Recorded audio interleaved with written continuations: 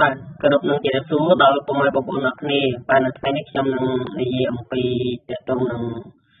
ការត្រាំពូជធ្វើយ៉ាងណាឲ្យពូជមានសុខភាពល្អធន់ទ្រាំនឹងបរិយាកាសគឺក្តៅត្រជាក់មានន័យថាពូជស្រូវគឺតែងតែមានសុខភាពល្អនិងមិនសូវមានសុខភាពល្អហើយពេលដែលយើងត្រាំទៅដោយវិធីផ្សេងៗអ្នកខ្លះក៏ត្រូវដាក់ច្រកបេចូលទៅក្នុងបឹងបន្លាយអីចឹងទៅហើយពុកម៉ែបងប្អូនខ្លះគឺត្រូវដាក់នឹងតង់តាមបច្ចេកទេសកសិកម្មចឹងទៅ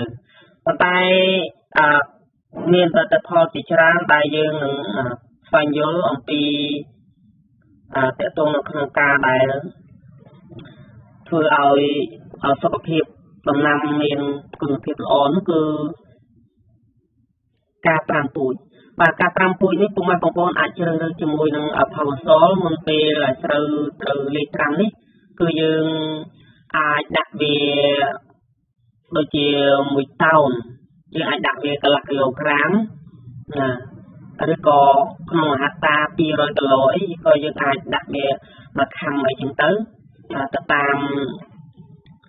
ការចង់បានពីព្រោះផលសលនេះវាមានតួនាទីច្រើនណាស់ដែលយើងប្រើប្រាស់ទៅ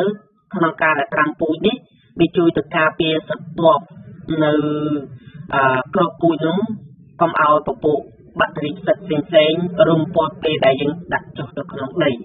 ហើយទី2ហ្នឹងវាមានសមត្ថភាពជួយឲ្យបរិស្ថានជុំវិញក្របពូជស្រូវនោះឲ្យដីនឹងប្រកបដោយមានសុខភាពល្អដែលគ្មានសត្វល្អិតហើយចម្រើននៅជីវជាតិអញ្ចឹងទី3នោះគឺវាធន់ទ្រាំនឹងបរិយាកាសក្តៅត្រជាក់វាអាចដុះលូតលាស់បានយ៉ាងល្អប្រសើរជាងដែលយើងមិនត្រាំបាទនេះគឺជាចំណុចសំខាន់ហើយក្រៅពីដែលយើងត្រាំគឺយើងអាចយកទៅប្រើប្រាស់បានគ្រប់ទម្រង់ថែមទៀតផងទី1យើងអាចយកទៅកែលម្អដីនោះគឺក្រំដីដែលប្រើប្រាស់សារធាតុគីមីមិនថាប្រភេទគ្រាប់ឬក៏ទឹកនោះទេឧទាហរណ៍ទឹកគឺយើងប្រើប្រាស់ថ្នាំពុលគីមីច្រើនដោយដោះស្រាយទៅលើដំណាំយើងមានជំងឺច្រើនមានសត្វល្អិតច្រើនយើងត្រូវបង្ខំចិត្តក្នុងការប្រើប្រាស់ថ្នាំពុលទាំងអស់នោះនៅរដូវមុនដើម្បីដោះស្រាយសម្រួលឲ្យបានទិន្នផលប៉ុន្តែសំណល់គីមីគឺបានបន្សល់នៅក្នុងបរិស្ថានដីដល់ពេលនោះផលសលដើរតួនាទីសម្រាប់សម្រួលនិងលុបបំបាត់នៅបញ្ហាទាំងអស់នោះបានដោយភាពជាចិត្តតែម្ដងបាទទី2ផលសលគឺយើងប្រើប្រាស់ក្នុងទម្រង់មួយទៀតគឺការលាយជីគ្រាប់បាទក្នុង1គីឡូក្រាមយើងអាចលាយ100គីឡូទៅ150គីឡូក្រាមនៃជីទូទៅមិនថាជាប្រភេទជីអ្វីនោះទេ NPK ឬក៏ជីទូលដូចជាពីរ៉េដែលអាប្រេជាដើមនោះគឺអាចលាយបានគ្រប់ទម្រង់គ្រប់ដំណាក់កាលក្នុងការប្រើប្រាស់បាទហើយចំណុចមួយទៀតគឺផលសលអាចយកទៅប្រើប្រាស់ក្នុងការបាញ់ជាមួយនឹងជីបំពន់ដទៃទៀតពិសេសគឺ GH 300នៅក្នុងដំណាក់កាលលូតលាស់អីជាដើមគឺវាមានអត្ថប្រយោជន៍ជាច្រើនពេលដែលបាញ់ទៅគឺជួយការពារពពួកបាក់តេរីនៅក្នុងដីជាមួយនឹងការដែលយើងផ្សំជាមួយជីគ្រាប់ហ្នឹងហើយការបាញ់នោះគឺនឹងបន្ថែមនៅប្រព័ន្ធនៃការចេញឫសជួយផ្ដល់នៅ pH ដ៏ត្រឹមត្រូវបាទដីដែលប្រើប្រាស់ជីគីមីច្រើនអាចមិនល្អចំពោះ pH ហើយជួយទៅដល់ប្រព័ន្ធឫសដែលចេញមកថ្មីដើម្បីចាប់យកជីវជាតិនៅក្នុងដីជីដែលយើងបាចទៅប្រើទៅគឺប្រព័ន្ធឫសចេញមកវាចាប់យកជីជាតិវាកាន់តែលូតលាស់បានល្អតែម្ដងហើយរុក្ខជាតិសម្បូរទៅដោយ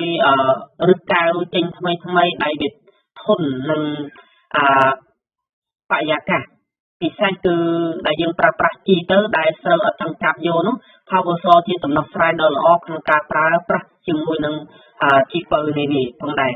នេះគឺជាសារៈសំខាន់អំពី